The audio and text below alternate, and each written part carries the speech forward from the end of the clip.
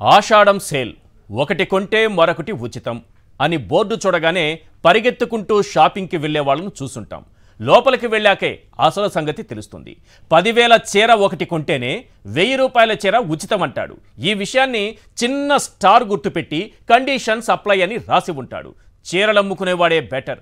Free ఇసుక policy అని చెప్పి కింద స్టార్ గుర్తు కూడా పెట్టలేదు మన సీఎం చంద్రబాబు నాయుడు గారు. ఉచిత ఇసుక అంటే ఇసుక ఫ్రీనే కానీ ప్రతి రేణువుకు ఓ రేటు ఉంటుందని స్టాక్ పాయింట్ దగ్గరకు వెళ్ళిన వాళ్లకు అర్థమైంది. ఫ్రీ ఇసుక కాస్ట్ ఎంతో తెలుసా సార్? టన్ను 1394 రూపాయలు. ఒక్కో ప్రాంతంలో ఒక్కో రేటు. శ్రీశైలంలో అయితే 18 టన్నుల ఇసుక అక్షరాల 32,000. జస్ట్ 32,000 కడితే ఇసుక మీకు ఫ్రీగా వచ్చేస్తుంది. మరి ఇందులో ఫ్రీ ఎక్కడుందంటారా? ఆ హామీని ఇసుకలో గొయ్యి తీసి పాతి పెట్టేశారు చంద్రబాబు నాయుడు గారు.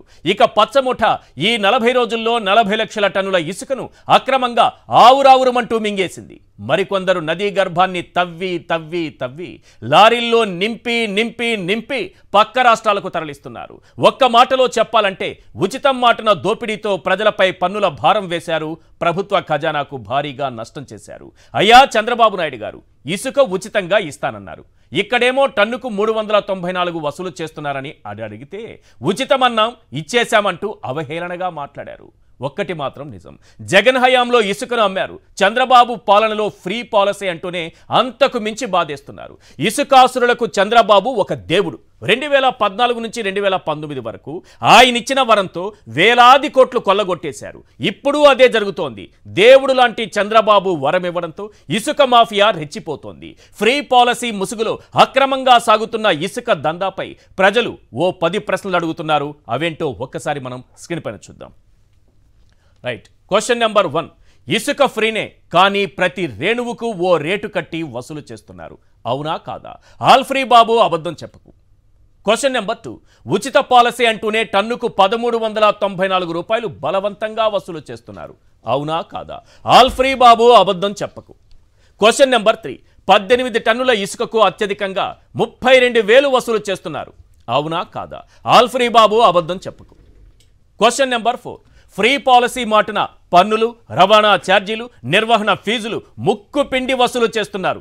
అవునా కాదా? ఆల్ ఫ్రీ బాబు అబద్ధం చెప్పకు. క్వశ్చన్ నెంబర్ 5, రీచ్లు, స్టాక్ పాయింట్లు అక్రమంగా స్వాధీనం చేసుకుని పక్క రాష్ట్రాలకు ఇసుకను తరలిస్తున్నారు. అవునా కాదా? ఆల్ ఫ్రీ బాబు అబద్ధం చెప్పకు.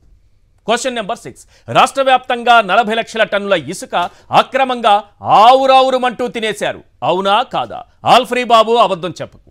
క్వశ్చన్ నెంబర్ 7, ఉచితం మాటన దోపిడీతో ప్రజలపై పన్నుల భారం వేశారు. ప్రభుత్వ ఖజానాకు భారీ నష్టం చేశారు. అవునా కాదా? ఆల్ ఫ్రీ బాబు అబద్ధం చెప్పకు.